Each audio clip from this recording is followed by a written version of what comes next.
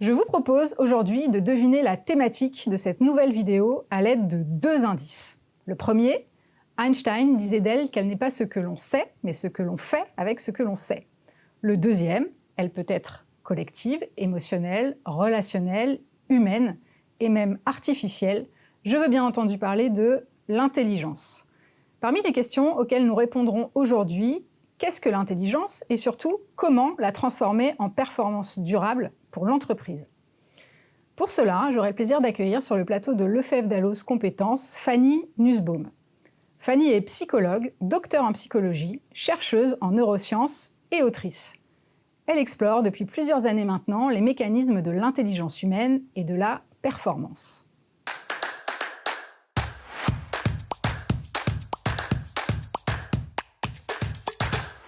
Bonjour Fanny. Bonjour Manuel. Je suis ravie de vous accueillir sur le plateau de Lefebvre Dalloz Compétences. Moi aussi. Une première question pour ouvrir cette interview, question simple et courte en apparence. Qu'est-ce que la performance ?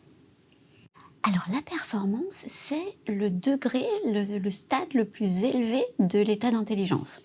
Donc la performance, c'est ce moment où tous ces automatismes se déroulent de façon hyper naturelle et où tout d'un coup tous les voyants sont au vert. On peut appeler ça le flow. On a des yeux derrière la tête, on a des yeux partout et on sent tout. On sent son environnement et on est capable d'agir, de prendre les bonnes décisions et de faire un effet waouh pour son environnement. Alors, on parle beaucoup d'intelligence, qu'elle soit relationnelle, émotionnelle, collective, artificielle. J'aimerais aujourd'hui dans cette première partie en l'occurrence, qu'on s'attarde sur l'intelligence humaine et que vous nous aidiez à comprendre ce qu'elle est vraiment. Première question, pour ouvrir cette première partie, comment la définiriez-vous, l'intelligence humaine ?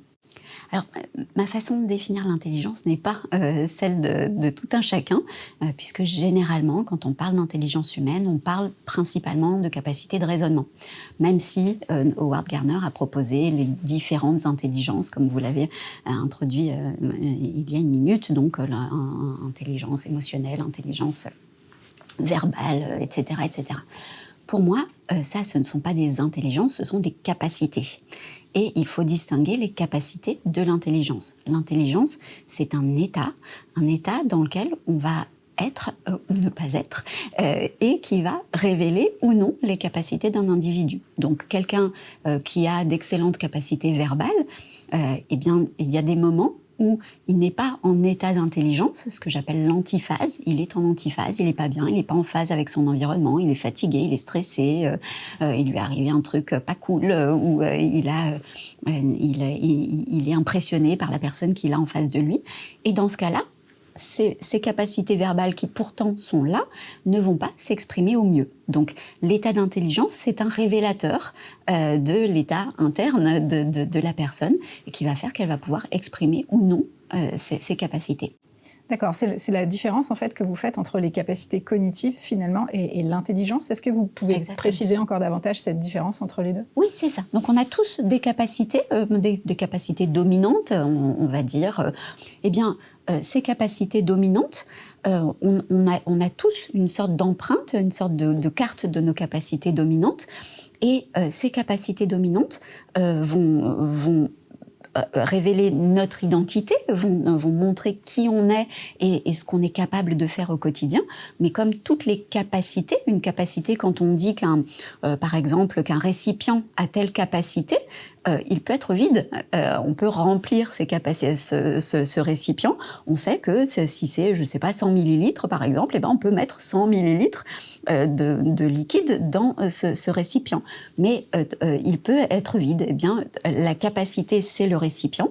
Donc, vous avez la capacité de communiquer, d'être en empathie. Et on a tous des capacités différentes. Qui a des capacités athlétiques, qui a des capacités de raisonnement ou de tel type de raisonnement, etc. Enfin, on a tous des capacités différentes et des dominantes dans ces capacités qui vont être différentes, mais l'état, c'est le révélateur des capacités. Donc, à des moments, donc j'ai proposé qu'il y avait 3 stades de l'état d'intelligence.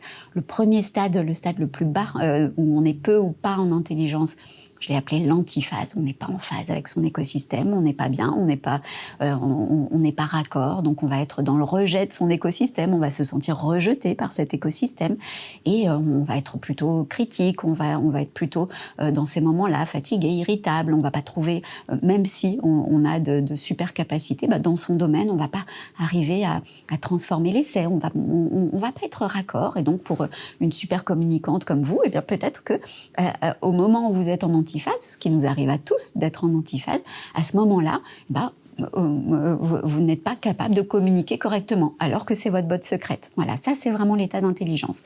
Le stade du milieu de l'état d'intelligence, c'est la compétence.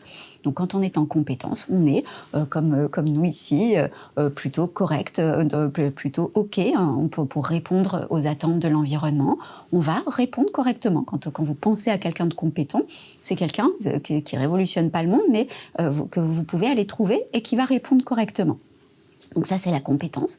Et le dernier stade de l'état d'intelligence, le summum, le Graal de l'état d'intelligence, c'est la performance. Et quand on est en performance, là, on déroule et là, on peut montrer ses capacités au mieux. Et donc ce dernier stade demande d'être en harmonie avec son environnement, d'être en phase, d'être bien, d'être à l'aise et de pouvoir s'exprimer pleinement. C'est ça, demande ça et plus. Donc ça veut dire qu'il faut être au diapason avec soi-même et au diapason avec son environnement.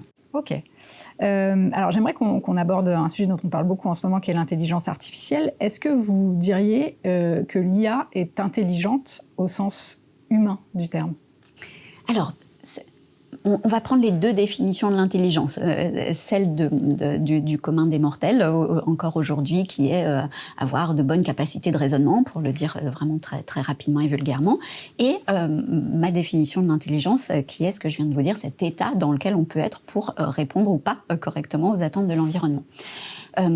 Selon la définition habituelle de l'intelligence, capacité de raisonnement, oui, on peut dire que l'intelligence artificielle est intelligente, et même plus que nous, puisque elle développe des capacités de raisonnement bien meilleures même que les nôtres. À tous les niveaux du raisonnement, elle peut nous battre à plate couture. Selon ma définition, aussi, elle est OK, puisque, sauf quand elle a des bugs, ou elle est en antiphase, mais sinon, la plupart du temps, elle est en compétence, puisqu'elle répond correctement à ce qu'on attend d'elle. Donc un modèle de langage va répondre correctement à ce qu'on attend d'elle, avec des bugs, avec des petits problèmes parfois. Donc elle va être plus ou moins en compétence, mais globalement, elle est quand même en compétence. Elle répond correctement aux attentes. Après, elle ne peut pas être en performance, parce que elle n'a pas la capacité de sortir du cadre. Et être en performance, c'est arriver à avoir tellement absorbé son système et être tellement en maîtrise de ses compétences qu'on peut sortir du cadre et montrer quelque chose de plus grand que soi-même. Et là, elle ne peut pas, pour l'instant. Okay. Alors, merci, parce que grâce à vous, on a compris ce qu'était l'intelligence. La comprendre, c'est une chose, mais la question qui reste importante, c'est de savoir comment transformer cette intelligence en performance durable, en résultats concrets dans l'entreprise notamment. C'est l'objet de cette deuxième partie, avec une première question. On confond souvent intelligence et performance. Pourquoi on fait cette erreur assez courante ? À vrai dire, je suis pas sûre qu'on confonde, parce que très souvent, on voit, encore une fois, je distingue la vision commune de ma vision de l'intelligence.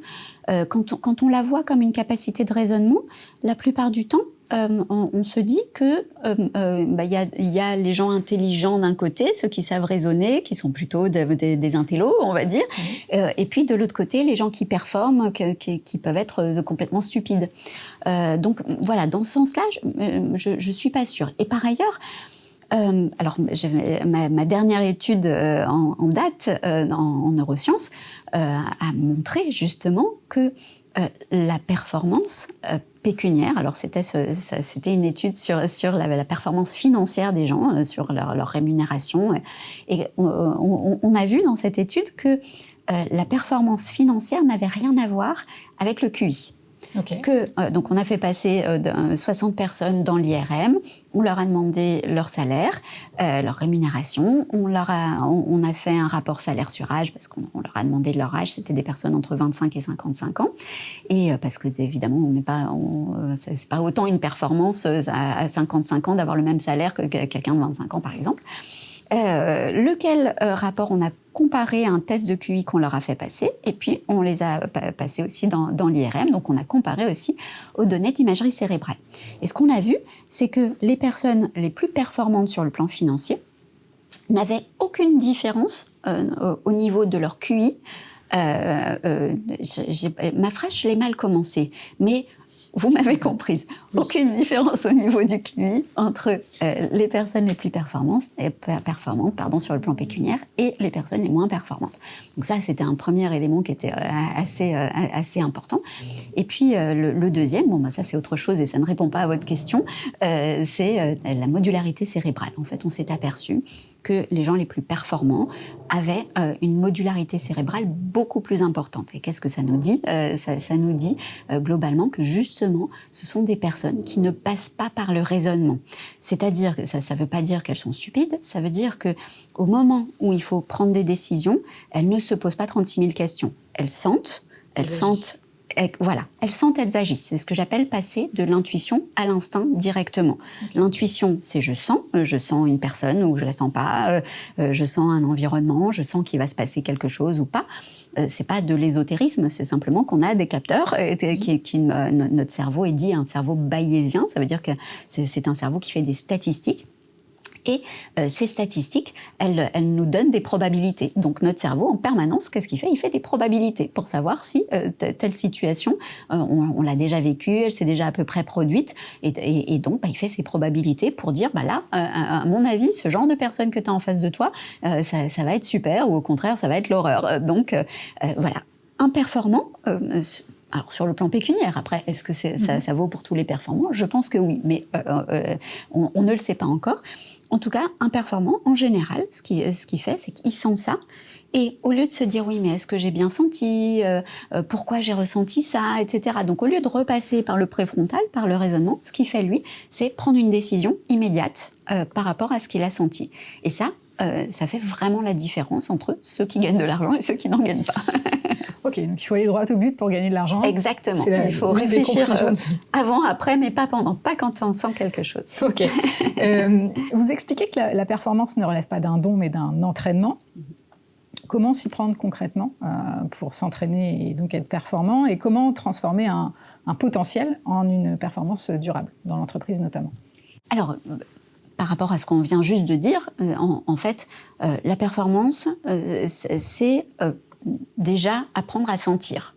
Okay. Donc, pour apprendre à sentir, il faut créer des automatismes. Et il faut, on va pas sentir dans un environnement qu'on connaît pas du tout. C'est-à-dire que là, c'est vraiment de la divination. Si vous arrivez, je sais pas, dans une tribu indigène que vous connaissez pas du tout, vous connaissez pas les codes, vous avez jamais vécu avec ce genre de personnes, etc., vous n'allez rien sentir puisque vous n'avez pas de statistiques, vous n'avez pas de data, comme dirait l'autre. Donc, il faut sentir des choses pour lesquelles on a des statistiques. Notre cerveau a des statistiques. Donc, des choses qu'il a éprouvées plein de fois. Donc, rencontrer un autre être humain, ça, on l'a déjà fait. Donc, quand on rencontre un autre être humain, de sentir, est-ce que je le sens, est-ce que je le sens pas, déjà, ça c'est une forme d'entraînement. Et ensuite, s'entraîner à agir. Donc, pour s'entraîner à agir, il faut arriver à squeezer la réflexion au moment où on sent. S'empêcher en permanence de réfléchir au moment où on sent. Donc, créer des automatismes. Créer ça quelque part. Exactement, okay. Exactement. Créer des automatismes répétés avant de pouvoir exercer son flair et son instinct, c'est-à-dire son action. Il faut créer ces automatismes. Il faut que, encore une fois, que le cerveau ait de la data, et de la data qui soit régulière et qui soit robuste, qui soit solide. Donc, il faut rencontrer plein de gens. On peut pas, si on est resté dans sa grotte pendant 20 ans, on va pas sentir quelque chose au niveau des personnes. Bon, vous avez compris. Donc, On s'entraîne en permanence sur son sujet. Là, pour le sujet sur lequel vous m'interviewez, je suppose que j'ai l'impression d'être ultra naturelle dans ma manière de vous répondre. Vous l'êtes, Et je l'espère, merci, c'est gentil. Eh bien, ce sont évidemment des heures de travail et de répétition de mon sujet. Donc, il faut que je répète tout ce que ces choses-là. Évidemment, c'est pas la première fois que je l'ai dit, c'est pas la première fois qu'on me pose la question, et je me suis entraînée à y penser chez moi, à réfléchir sur le sujet. Et les premières fois où j'ai trouvé ces choses-là dans mon petit esprit, c'était pas naturel. Le lendemain, je me souvenais plus exactement de ce que j'avais dit, comment.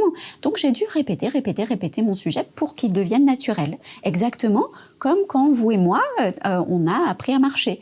Quand on apprend à marcher, au départ, c'est pas naturel. On a autour d'un an, et puis on se lève, on marche, on fait un pas, 2 pas, et on tombe par terre, et on va faire 3 heures de sieste parce que ça prend beaucoup d'énergie. Et puis on se relève, et on fait 3 pas cette fois, et on retourne faire la sieste, parce qu'il faut le temps de digérer tout ça et de créer des automatismes. Et aujourd'hui, vous et moi, on marche de façon tout à fait naturelle, sans y penser. On monte 1 marche, 2 marches, 10 marches, tout en discutant avec quelqu'un, et on ne se pose pas la question de comment on fait pour mettre un pas devant l'autre, parce que c'est devenu naturel.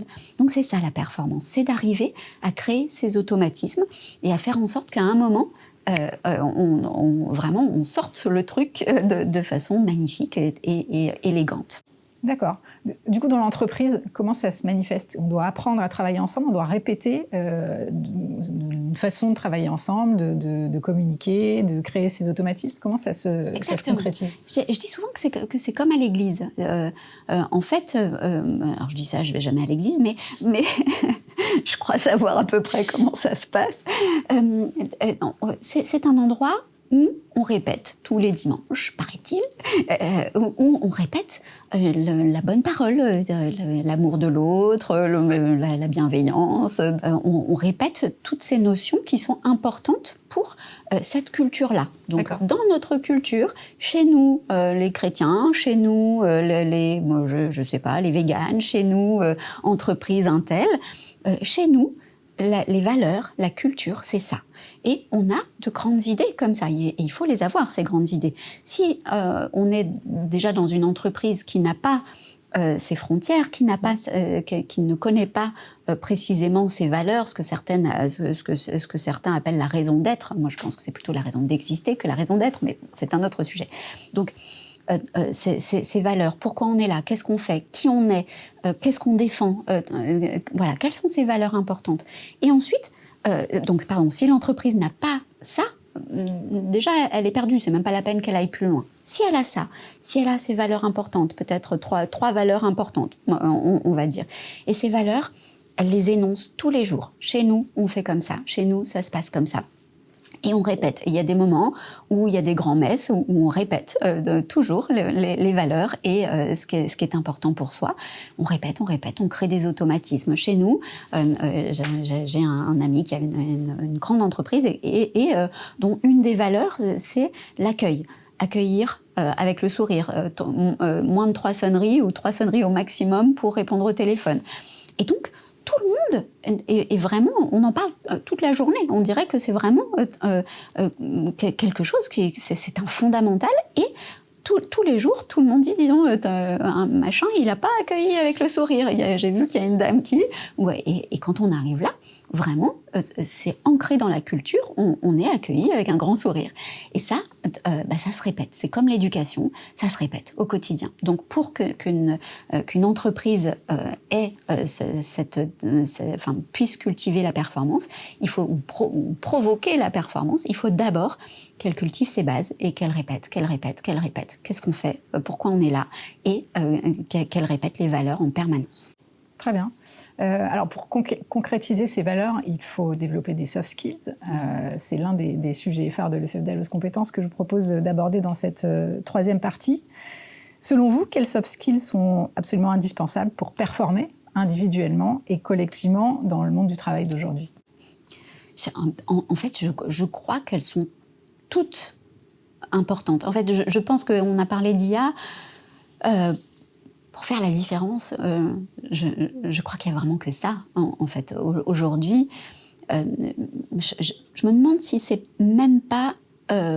si c'est pas même la compétence la plus importante à acquérir, celle de la communication, celle de savoir être parfois dur, parfois doux avec l'autre, de savoir jauger l'autre, être dans une danse avec l'autre. Donc, toutes les soft skills, que ce soit l'empathie, que ce soit la communication, que ce soit la médiation, elles sont toutes fondamentales. Je crois qu'il faut, aujourd'hui, pour faire la différence avec ses congénères et avec la méchante intelligence artificielle, je crois que c'est la compétence la plus importante, la capacité la plus importante à acquérir. Alors comment l'entreprise peut aider ses collaborateurs à être meilleurs en communication, et de manière générale et de manière assez particulière dans le monde du travail? Donc ma fille, elle vient juste d'avoir 15 ans, elle est de la génération dite alpha, c'est la génération des plus jeunes d'entre nous aujourd'hui. Et les alphas, la génération alpha, ils ont un truc qui est vraiment incroyable, c'est que eux connaissent vraiment tous les codes pour être bien vus, pour évidemment tous les codes de l'IA, des réseaux sociaux, etc. Ils connaissent tous ces codes. Et il y a deux choses qu'on peut repérer chez ces jeunes. C'est que au niveau des réseaux sociaux, ils ne publient que des stories, que des choses éphémères, pour ne surtout pas être pris sur Instagram, par exemple. Ils mettent des stories donc ils sont souvent en privé, donc pas en profil public, ils sont souvent en privé entre eux, etc. Ils maîtrisent vraiment les codes de ces réseaux sociaux parfaitement. Et donc ils ne font que des stories parce que c'est éphémère, et très rarement ils publient des posts. Alors que nous, nos générations de vieilles, pardon, eh bien, voilà, c'est l'inverse. On publie des posts, on publie peu de stories, voilà, on maîtrise moins ces codes-là. Et il y a un deuxième truc dans leur comportement, qui est une expression que vous avez certainement entendue, qui est « c'est gênant »,« t'es gênante ».